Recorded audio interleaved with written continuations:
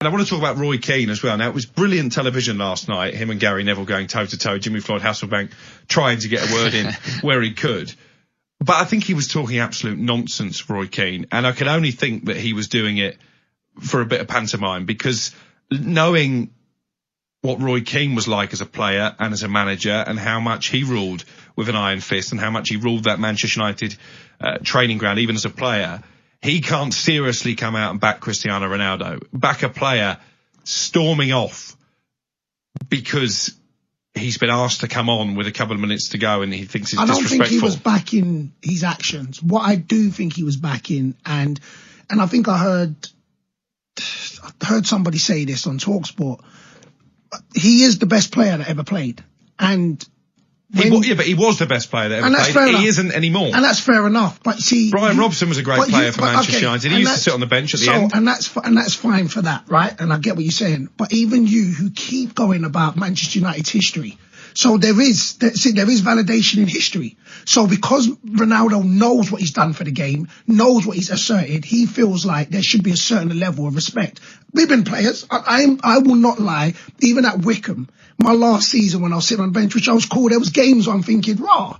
Are you trying to say if you bring me on for the last 50 minutes, I'm going to take the team backwards? So as for us as individuals, there's a standard, and I get it. And they made the great point. Either he has to go to somebody who is not looking to win everything so he can play more games, or accept that he is going to be able to influence games other than just being on a pitch for 90 minutes. So I think he was backing the fact that Ronaldo has done so much for the game, and he feels like there's a level of respect that should come to him, which, rightly so, none of us can put our minds into that because we've never been where Ronaldo's been. That's what I think he was backing, not the actual incident he did, because you can't. I don't care who you are, you shouldn't walk off the pitch before the game. I don't care who you are, and he knows that.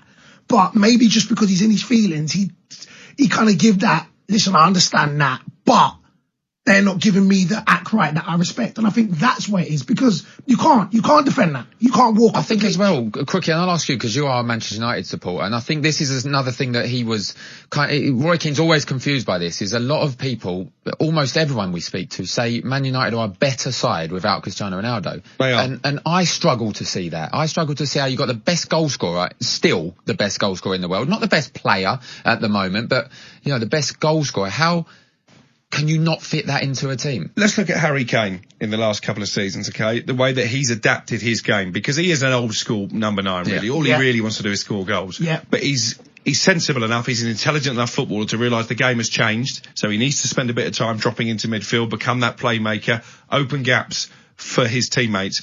Ronaldo can't do that. Ronaldo does not have the legs to get him around a pitch in the modern day Premier League arena So he runs less. He knows this. Ronaldo runs less. So therefore, I don't think you fit him into most teams in the Premier League. So let me throw this to you now. So last season, when United was in a worse position than now, he was your only shining light. Scored a hat-trick against Tottenham at home. You know, he was your only shining light. But I think he's gone backwards since then. And you know why I think he's gone backwards? Because he's not playing. Because he missed most of pre-season. Okay, there were personal issues for that. Of course. Yep. But, listen, he's the fittest guy in the world. I mean, his body is absolutely incredible.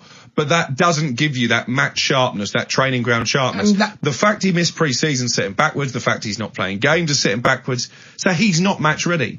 His ego won't allow him to accept that, but that is the case. But, okay, and I agree with all that, and that's why I think he's pondering so much to play, because he wants to get back to it. And this is where I keep coming back. So you can acknowledge that he was your only ray of light last season, scoring the goals, second. But last season was last season. But you know, it's all about your next game. Roy Keane used to say that. But you know himself. But this is what I'm trying to get at, and this is, I believe, what is so wrong. Not even just in football, in society. It's like, so nothing you've done can hold you in good stead. So if, like, you know what, he scored X amount of goals last season, and this is what I'm talking about, the balance even with him. He's like, well, give me a run again, because when we was at our darkest, I was the one stepping up. But all of a sudden, we're moving forward, and now I've got no place in this team. If the team's so much better and I was scoring goals, would we now not be a better team because I was scoring goals in a worse team? But this is also the player who, at the first sign of trouble, first sign that we weren't going to qualify for the Champions League, he wanted out.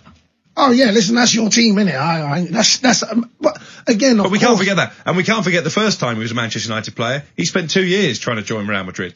This is not someone who has just holding undying love for the football club. And I think sometimes the United fans who defend Ronaldo and say he's bigger than the football club, they forget that. We could probably talk about this